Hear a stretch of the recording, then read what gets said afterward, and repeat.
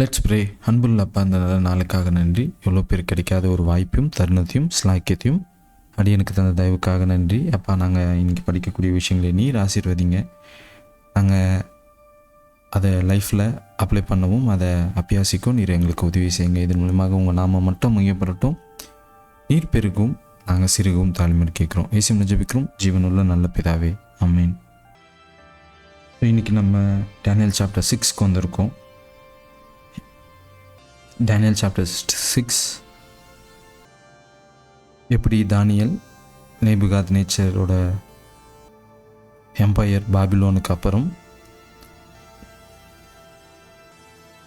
பெல்ஷாஷார் ராஜா அந்த காலகட்டத்தில் மேதிய பெர்ஷியர்கள் எப்படி பாபிலோனை கேப்சர் பண்ணாங்க.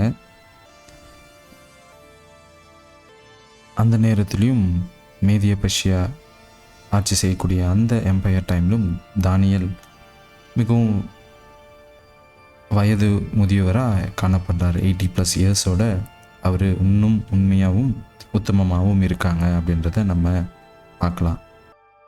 மேதிய பெர்ஷியா ஆட்சி செஞ்ச தரியு ராஜா ஒரு 120 மந்திரிகளை நியமிக்கிறாரு.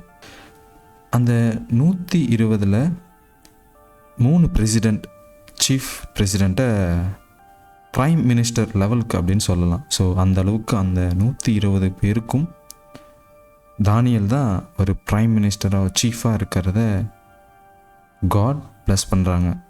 ஸோ ராஜாவுக்கு அப்புறம் உலகத்தை ரூல் பண்ணக்கூடிய அந்த ஹோல் எம்பையரை ரூல் பண்ணக்கூடிய அந்த பொசிஷன் தானியலுக்கு ராஜா கொடுக்குறாங்க. ஸோ அவரோட ஆவியும் உற்சாகமும் கடவுளுக்கு ஏற்ற போல இருந்ததுனால ராஜாவோட கண்ணில் தயவும் கிருபையும் அவங்க காண்றாங்க. இந்த 100 மற்ற பிரின்சஸும் தானியல் மேலே பொறாமை கொள்கிறாங்க. ஸோ தானியலை எப்படியாச்சு அவங்க குற்றத்தை கண்டுபிடிக்கணுன்றத ரொம்ப கலந்து அவங்க ஆலோசனை பண்ணுறாங்க. இந்த நேரத்தில் அவங்களுக்கு தானியல் எந்த அளவுக்கு கடவுளுக்குள்ள விசுவாசத்தோட, எந்த அளவுக்கு அவர் உண்மையாகவும் உத்தமாகவும் இருக்கிறத இவங்க பார்த்து அதன் மூலமாக இவங்க குற்றத்தை கண்டுபிடிக்கணுன்றத தானியலை லாக் பண்ண ட்ரை பண்ணுறாங்க. ஸோ மேதிய பெர்ஷியாவோட சட்டத்தின்படி எந்த தீர்ப்பு போட்டாலும் அதை அந்த ராஜாக்கே அந்த சட்டத்தை வாபஸ் பண்ணக்கூட முடியாத அதிகாரம் மேதிய பெர்ஷியாவோட சட்டம்ன்றதை தெரிஞ்சுக்கிட்டு ராஜா கிட்ட அவங்க கலந்து பேசி எப்படியாச்சும் தானியலை அவரை சோதிக்கணும், அவரை லாக் பண்ணுறதுக்காக ராஜா கிட்ட போய் ராஜா நீங்கள் ஒரு சட்டத்தை போடணும். அதாவது 30 நாள் எந்த மனிதனும் எந்த கடவுளையும் எந்த மனிதனும் யாரையும் வணங்கக்கூடாது, உங்களை மட்டுமே தான் அவங்க வணங்கணும், உங்ககிட்ட தான் அவங்க வேண்டுதல் ப்ரே பண்ணணும் அப்படின்றத அவங்க சூழ்ச்சியாக ராஜாக்கு இந்த காரியத்தை சொல்கிறாங்க. இதை மீறுறவங்களுக்கு சிங்க கெபில போட்டு அவங்களை கொல்ல தண்டனையை அறிவிக்கிறாங்க. இதை தெரிஞ்ச தானியலும் வழக்கம் போல் அவர் 3 தடவை ஜெபிக்கக்கூடிய அந்த பழக்கமுடைய தானியல் ரொம்ப விசுவாசத்தோட கடவுளுக்கு உண்மையாகவும் அவர் ஜெபிக்கக்கூடிய அந்த சூழ்நிலையில் தானியல் அந்த குற்றத்துக்குள்ளே மாட்டிக்கிறாங்க அப்படின்றத மற்ற தளபதிகள், மற்ற பிரின்சஸ்லாம், சீஃப் ஆஃபீஸர்ஸ்லாம் தானியலை குற்றத்தை கண்டுபிடிச்சி ராஜா கிட்ட கொண்டு வந்து நிறுத்துகிறாங்க.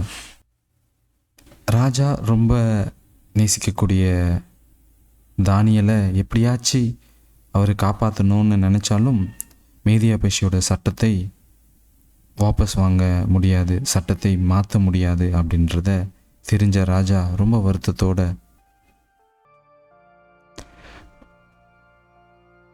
ஸோ தானியல் மரண தண்டனைக்கு ஒப்படைக்கப்படுறாங்க.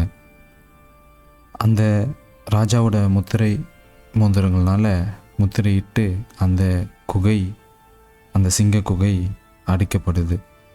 இதனால் ரொம்பவும் சோர்வடைந்த ராஜா தூக்கம் இல்லாமல் இரவு முழுவதும் அவர் வேதனையோடு இருக்கிறத பார்க்கலாம். காலையில் எழுந்த உடனே வேக வேகமாக ஓடி வந்து தானியேல் கிட்ட, கடவுளோட ஊழியக்காரனே, நீ வணங்கக்கூடிய தெய்வம் உன்னை காப்பாற்றினாரா அப்படின்றத கேட்குறாரு. ஸோ தானியேலும் உறக்க சத்தத்தோட, ஆம் ராஜா, எங்கள் கடவுள் அவங்களோட தேவதூதர்களால் சிங்கத்தின் வாய்களை கட்டி போட்டாங்க, அதனால் எந்த தீங்கும் எனக்கு ஏற்படலை அப்படின்றத உறக்க சத்தத்தோட அந்த சிங்க கெபிலேருந்து அவர் சொல்கிறத ராஜா கேட்குறாங்க. அதுக்கப்புறமா இந்த சூழ்ச்சியை தெரிஞ்சுக்கிட்ட ராஜா யார் யாரெல்லாம் தானியேலை மாட்டி விடணும், யார் யாரெல்லாம் பொறாமையோடு அந்த முடிவெடுத்தாங்களோ அந்த சட்டம் அவங்களுக்கு ரிப்பீட் ஆனதை நம்ம பார்த்து தெரிஞ்சுக்கலாம். ஸோ அவங்க எல்லாருமே அந்த சிங்க குகையில் போட்டு சிங்கத்துக்கு இரையாக மறிக்கப்படுறாங்க. ஸோ இதுக்கப்புறமா ராஜா ஒரு சட்டத்தை போடுறாங்க. எல்லாரும் தானியேலோட தெய்வனை, உண்மையுள்ள தெய்வனை வணங்க சொல்லி ராஜா ஒரு அறிக்கையை விடுறாங்க. ஸோ எந்தளவுக்கு ஒரு புறஜாதி ராஜாங்கள் மத்தியில் தானியேலோட விசுவாசம், அவரோட அந்த பழக்கம், அவரோட ஜப வாழ்க்கை, அவரோட லைஃப் ஸ்டைல் ஒரு ராஜ்யத்திலேருந்து இன்னொரு ராஜ்யத்துக்கும் அது ஒரு எக்ஸாம்பிளாக இருந்ததுன்னு பார்க்க முடியாது. அது மூலியமாக கடவுள் எப்படி தானியேலை உயர்த்தினாங்க அப்படின்றத பார்த்து தெரிஞ்சுக்க முடியும். ஈவன் என்ன சூழ்நிலை ஆனாலும், ஈவன் மரணமே அவர்கிட்ட இருந்தாலும், சிங்கமே அவருக்கு முன்னாடி இருந்தாலும், அவர் எந்த ஒரு பயமும் இன்றி அவர் ஜெபித்தாங்க. அந்த விசுவாசம் நம்மளுக்கு ஒரு பாடமாக இருக்கு. இப்போ இந்த தானியேல் அதிகாரம் 6 என்ன பாடத்தை நம்மளுக்கு சொல்லித்தரு, நம்ம வாழ்க்கையில் நம்மளோட விசுவாசம் இன்னும் மேலாக்க என்ன பாடத்தை நம்ம கற்றுக்கணும். நம்ம காலத்திலும் இதே ஒரு தண்டனையும் இதே சூழ்நிலையும் ரிப்பீட் ஆகுன்றத நம்ம மறந்துடவே கூடாது. ஸோ அதோட ப்ளூ பிரிண்ட் அப்படியே நம்மளுக்கு ரிப்பீட் ஆக போகுது. அது எப்படின்றத நம்ம பார்க்க போகிறோம். அதுதான் தானியேல் 6 நம்ம பார்க்கலாம். ஸோ தானியேல் 6 அங்கே ராஜா ஒரு சட்டத்தை போடுறாரு. அது ராஜாவை மட்டும் வணங்கக்கூடிய அந்த சூழ்நிலை. ரெவலேஷன் 13 நம்ம மிருகத்தை அதன் சொரூபத்தையும் வணங்கக்கூடிய அதே ஃபால்ஸ் வர்ஷிப்பை நம்ம பார்க்க முடியுது. தானியேல் 6 அந்த சட்டம் சேஞ்ச் பண்ண முடியாத ஒரு சட்டமாக இருந்துச்சு. ஸோ நம்ம காலகட்டத்திலும் ரெவலேஷன் 13 அந்த மிருகத்தின் முத்திரை, சண்டே லா, சண்டே வர்ஷிப்புன்றத எல்லா தேசமும் எல்லா மதமும் ஒன்று சேர்ந்து இந்த லாவை என்ஃபோர்ஸ் பண்ண போகுதுன்றத நம்ம மறந்துடக்கூடாது. அந்த சட்டத்தோட எல்லா வேலைப்பாடுகளும் நடந்து முடிஞ்சிடுச்சு. ஜஸ்ட் இம்ப்ளிமெண்ட் பண்ணி அதை மேண்டேட்ரி ஆக்கி அதை மீறவர்களுக்கு ரொம்ப கடுமையான தண்டனையை கொடுக்க போகிறத உலக ஐநா சபை மற்றும் எல்லா உலக தலைவர்களும் அதுக்கு ப்ரிப்பேர் பண்ணிகிட்ருக்காங்க. இந்த ஒன் வேர்ல்டு ஆர்டர்ன்றதை நம்ம பார்க்க முடியுது. ஸோ அதை மீறவர்களுக்கு தானியேல் 6 சிங்க கொகையில் போட்டு கெபியில் போட்டு அவங்கள தண்டனைக்குள்ளே, மரண தண்டனைக்குள்ளே ஆட்கொள்ளாங்கன்னு பார்க்க முடியுது. நம்மளும் மத்தியிலையும் அதே ஒரு மரண தண்டனை, அதே சித்திரவாதைகள் ஆன சூழ்நிலை நம்ம முன்னாடியும் இருக்கிறதுன்றதை நம்ம ஒரு காலமும் மறந்துடக்கூடாது. ஸோ தானியேல் சாப்டர் 6 அது அப்படியே ரிப்பீட் ஆகிறத நம்ம பார்க்கலாம். ஸோ எந்தெந்த அளவுக்கு கடவுள் பிள்ளைகளை அப்படியே காட் ஒரு ரிப்பீட்டட் பேட்டர்ன் கொடுத்து ஒரு எச்சரிக்கை கொடுக்குறாங்கன்றதை நம்ம பார்த்து தெரிஞ்சுக்கலாம். தானியேல் 6:10 பார்த்தோம். தானியேல் ஈவன் மரண தண்டனையாக இருந்தாலும் கடவுளுக்காக உண்மையாகவும் அவர் இருந்தாங்கன்றதை நம்ம பார்க்கலாம். ஸோ இங்கவும் ரெவலேஷன் சாப்டர் 14 verse 12 பரிசுத்தவான்கள் இந்த மிருகத்தின் முத்திரையை, அந்த சண்டே லாவை கீழ்ப்படியாமல் கடவுளோட கற்பனையை, 4ஆம் கற்பனையை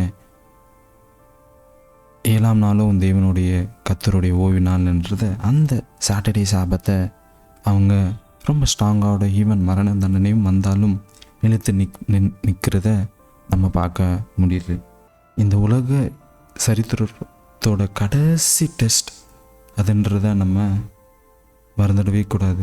அங்கே சிங்க குகையில் போட்டு மரண தண்டனை, இங்கேயும் ரெவலேஷன் 13-15 பார்க்கலாம். இங்கேயும் பரிசுத்தவான்கள் ஒரு மரண தண்டனையை ஆட்கொள்கிறாங்க. அங்கே தானியேலை தெய்வதூதர்களை மூலமாக ஆண்டவர் அவங்கள காப்பாற்றினாங்கன்றத நம்ம பார்க்கலாம். ஸோ இங்கேயும் கடவுளோட மீதமானவர்கள் அந்த வாதைகள் மத்தியில் எந்த பாதிப்பும் இல்லாமல் பாதுகாவலாக இருக்காங்க. சங்கீதம் 91 அதிகாரம் முழுவதும் குறிக்கப்பட்ட எல்லா குவாலிஃபிகேஷனோட அவங்க எந்த ஒரு பாதிப்பும் இல்லாமல் இருக்காங்கன்றத நம்ம பார்க்கலாம். இங்கேயும் சண்டேல அதே ரிப்பீட்டட் பேட்டர்னை நம்ம பார்க்கலாம். ஸோ ஒரு 5 ஸ்டெப்ஸில் நம்ம எப்படி இந்த ஸ்ட்ரக்சர் அப்படியே ரிப்பீட் ஆக போகுதுன்னு பார்க்குறது. ஃபர்ஸ்ட், ரிலிஜியன் பாலிட்டிஷியன்ஸ்லாம் சேர்ந்து ராஜாவை மேனிப்புலேட் பண்ணாங்கன்றதை நம்ம பார்த்து தெரிஞ்சுக்கலாம். ஸோ ராஜாவை ரிலிஜியஸ் ரிலேட்டடான ஒரு சட்டத்தை போட சொல்லி இந்த மீதமானவர்கள் நம்ம காலகட்டத்தில் வாழக்கூடிய இந்த விசுவாச முடிவுகளை எப்படியாச்சும் லாக் பண்ணுறதுக்காக, இந்த சாபத்தில் அவங்க ஃபெய்த்ஃபுல்லாக இருக்கிறதுக்காக, அதுக்காக என்ன வேணாலும் அவங்க இழக்கக்கூடிய அந்த மனநிலையை பார்த்து சர்ச் அண்ட் ஸ்டேட் யுனைட் ஆகிறத நம்ம பார்க்க முடியுது. ஸோ இதன் மூலமாக ஒரு சட்டத்தை போட அவங்க ட்ரை பண்ணுறாங்க அப்படின்றத பார்க்க முடியுது. ஸோ இந்த நாள், இந்த நேரம் நீங்கள் உலகத்துக்கும் உலக ரெஸ்ட்டுக்கும் இந்த பீஸ் அப்படின்றத அந்த வர்ஷிப் ரிலேட்டடான அந்த ஓய்வினால், 7ஆம் நாள் ஓய்வினால் அவங்க தவிர்த்துட்டு சண்டே சாபத்தை என்ஃபோர்ஸ் பண்ணுறத ரெவலேஷன் 13 நான் பார்க்கலாம். அந்த மிருகத்தோட சொரூபம் ஆல்ரெடி நம்ம முன்னாடி இருக்குது. Church and united state union ஆனதை பார்க்கலாம். ஸோ யுனைடெட் ஸ்டேட்ஸில் நம்ம அதை ரொம்ப க்ளீனாக பார்க்கலாம். ஸோ ட்ரம்ப்பாக இருக்கட்டும், அமெரிக்காவாக இருக்கட்டும், ரிலீஜியஸை எந்த அளவுக்கு அவங்க ரொம்ப போஸ்டாக கொண்டு வராங்கன்றதை நம்ம பார்த்து தெரிஞ்சுக்கலாம். அந்த நேரத்தில் கடவுளோட பிள்ளைகளுக்கு ஒரு டெஸ்ட் பார்க்கலாம். எப்படி கடவுளுக்கு உண்மையாகவும் கடவுளுக்கு உத்தமமாகவும் இருக்கிறதா, இல்லை இந்த மரண தண்டனை அவங்களுக்கு முன்னாடி இருக்கக்கூடிய அந்த சிங்கத்தை, அந்த மரணத்தைக்காக அவங்க கடவுளை நிராகரிக்க போகிறாங்களா அப்படின்றத, கடவுளோட சட்டத்தை அவங்க மறுதளிக்க போகிறாங்களா அப்படின்றத நம்ம மத்தியிலையும் ஒரு டெஸ்ட் இருக்குது. அதனால் அவங்களுக்கு, தானியேலுக்கு மரணம் முன்னாடி இருந்துச்சு. நம்ம மத்தியிலும் எக்கனாமிக்கல் ப்ரெஷராக இருக்கட்டும், நம்மளை சிறையில் போடக்கூடிய விஷயங்களாகவும் இருக்கட்டும், கடைசியாக மரண தண்டனையும் கொடுக்கும்போது ஃபைனலாக கடவுள் தப்பி வைக்கிறாங்க அப்படின்றத பார்க்க முடியுது. ஸோ இங்கேவும் காட் தானியேலை அந்த சிங்கத்தின் வாயை கட்டி போட்டு அவங்க தேவதூதரனால் காப்பாற்றினாங்கன்னு பார்க்க முடியும். இங்கேயும் செகண்ட் கம்மிங்கில் காட் அவங்களோட தேவதூதரனோட முழு படையோடு வந்து அந்த வாதையின் மத்தியில், அந்த உபத்திரவு காலத்துலேருந்து காட் அவங்களையும் காப்பாற்றுறாங்கன்றத நம்ம பார்க்கலாம். இது யாக்கோபின் உபத்திரவு காலம்ன்றத நம்ம பார்க்கலாம். ஒரு மினி, ஒரு ட்ரெய்லர் அப்படின்னு கூட சொல்லலாம். எப்படி தானியேலோட லைஃப்பில் ஒரு சட்டம் போடப்பட்டது, நம்ம காலகட்டத்திலும் ஒரு சண்டே லான்ற ஒரு சட்டம் போடப்படும். ரெண்டாவது, மீதமானவர்கள் கடவுளுக்கு விசுவாசம் உடையவர்கள் அதை தவிர்த்தாங்க அப்படின்னு பார்க்க முடியுது. இங்கேயும் கடவுளுக்கு உண்மையாக இருப்பாங்கன்றத நம்ம பார்க்கலாம். 3வது, கடவுளுக்கு உண்மையாக இருந்ததுனால அவங்க அரெஸ்ட் பண்ணி அவங்கள குற்றம் சுமத்தப்பட்டாங்க அப்படின்றத நம்ம பார்த்தோம். நம்ம காலகட்டத்திலும் பரிசுத்தவான்கள் கஷ்டத்தை, உபத்திரவத்தை சந்திப்பாங்க. நம்மளால் வாங்கவும் விற்கவும் முடியாத அந்த நிலைமைக்குள்ள அந்த சட்டத்தின் பிடியில் நம்ம மாட்டிக்கொள்வோன்றதை நம்ம மறந்துடக்கூடாது. ஸோ தானியேல் அங்கே சிங்கம் குகையில் போட்டு மரண தண்டனையை கொடுத்தாங்க. அதுதான் நம்மளுக்கு ஜாக்கப் டைம் ஆஃப் ட்ரபிள். அந்த இரவு முழுவதும் அந்த நேரத்தில் எப்படி தானியேல் நேரத்தை கழிச்சாங்கன்ற அந்த காலம், அந்த நேரம் நம்மளுக்கும் இருக்கும். அந்த நேரம் நம்மளை சுற்றி இருக்கக்கூடிய எல்லா பாதை சூழ்ந்த நேரத்தில் நம்ம ஆல்ரெடி சீல்டு ஆகிட்டோம், அந்த கேரக்டரில் சீல்டு ஆகிட்டோம் அப்படின்ற அப்படிப்பட்ட மனநிலை உள்ளவர்கள் தான் இந்த ஜாக்கப் டைம் ஆஃப் ட்ரபிளை அவங்க ஃபேஸ் பண்ண முடியுன்றதை நம்ம மறந்துடக்கூடாது.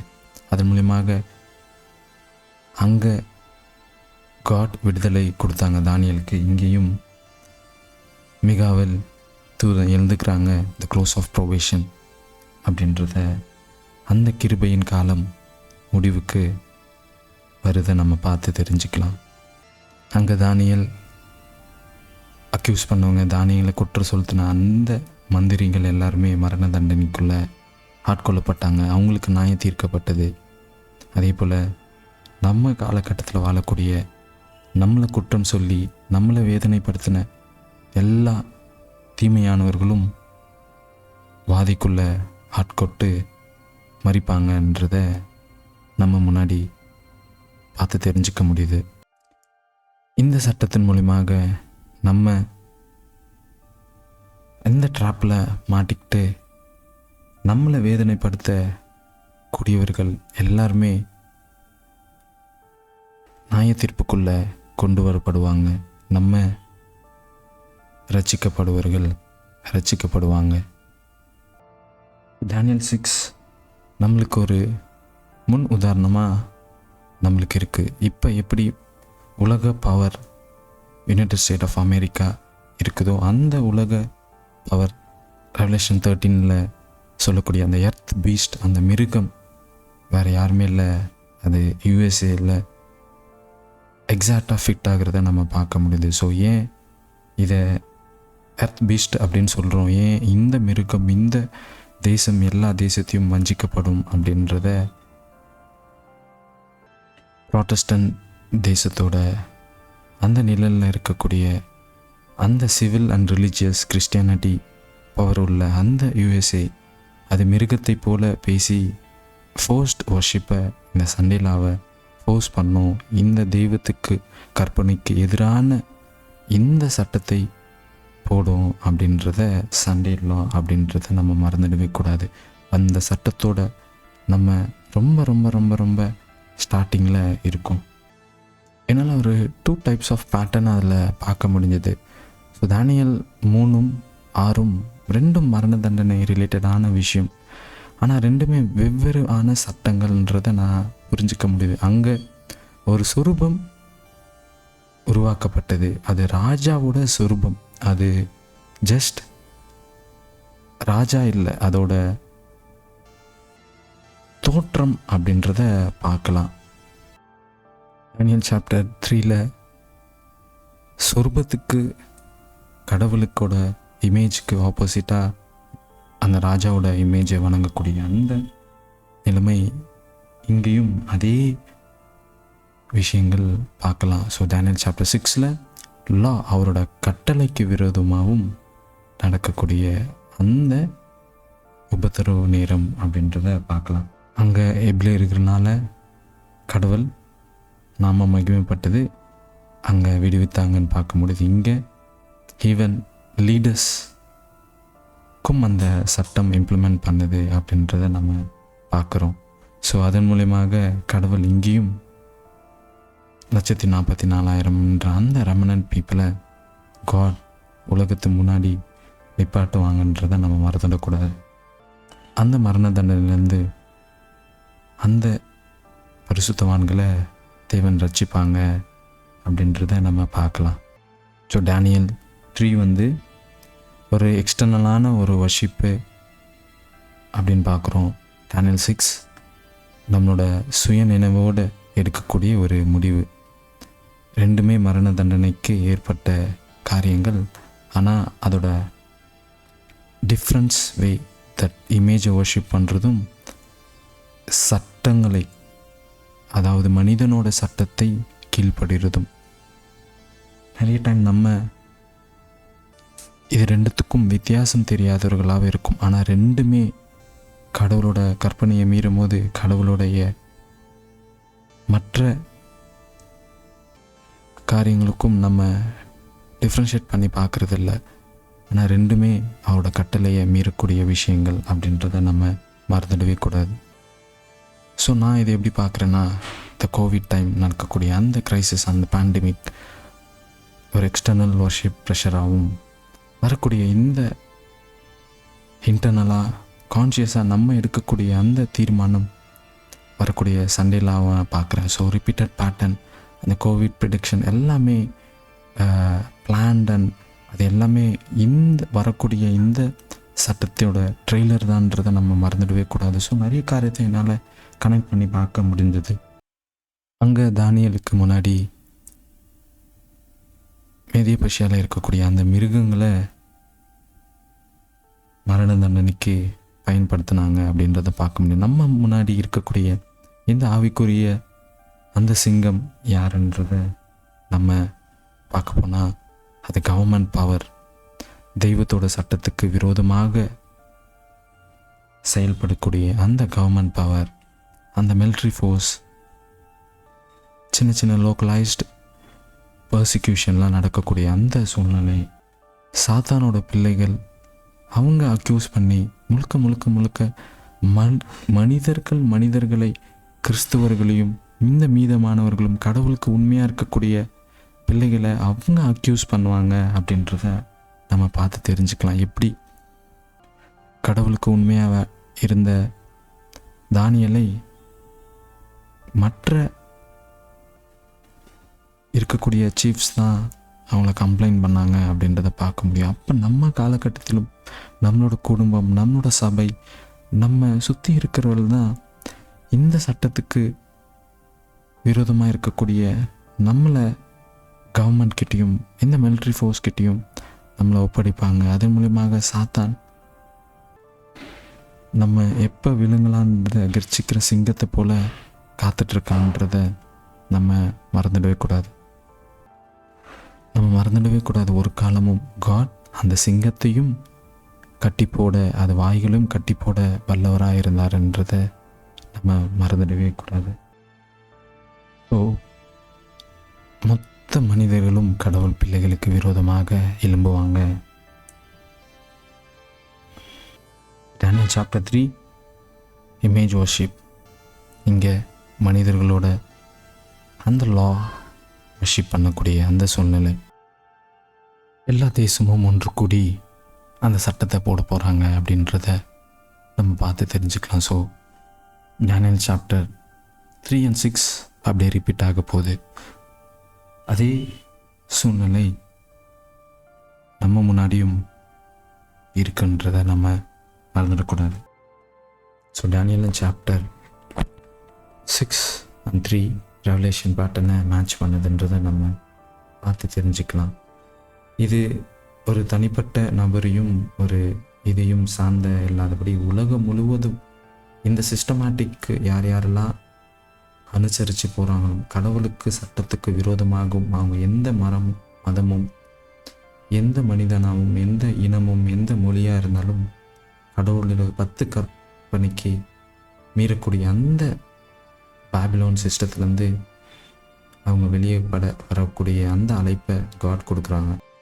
இது எந்த நாளும் எந்த நபரையும் குறிக்கக்கூடிய விஷயங்கள் இல்லை. அந்த உபத்திரவு காலத்துலேருந்து அந்த ஜாக்கப் டைம் ஆஃப் ட்ரபிள் நம்ம முன்னாடி இருக்கிற அந்த நேரத்துலையும் நம்ம விசுவாசத்தோடு இருக்கும்போது மற்ற உலகத்தார் நம்மளை அக்யூஸ் பண்ணுவாங்கன்றதை நம்ம பார்த்தோம். ஸோ அது மூலிமா மரண தண்டனை வந்தாலும் அந்த ஜாக்கப் டைம் ஆஃப் ட்ரபிள், அந்த நேரத்திலும் அந்த இரவு எப்படி தானியேல் நேரத்தை செலவு பண்ணாமலும் அதே உபத்திரவு நேரம் நம்ம மத்தியில் இருந்தாலும் தெய்வதூதர் வந்து நம்மளையும் ரட்சிப்பாங்க. இந்த மிகாவேல் நம்மளை காக்க வல்லவராக இருக்கிறார். அதனால்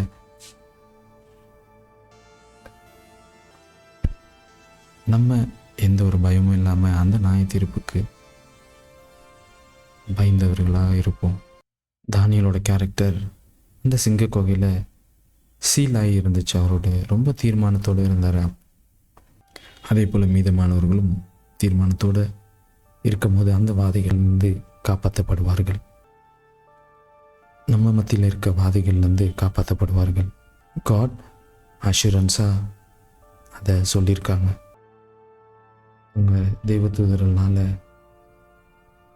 காப்பாற்றப்பட்ட போல டானியல் 12:1 மிகாவேல் தூதரனால் காப்பாற்றப்படுவாங்க.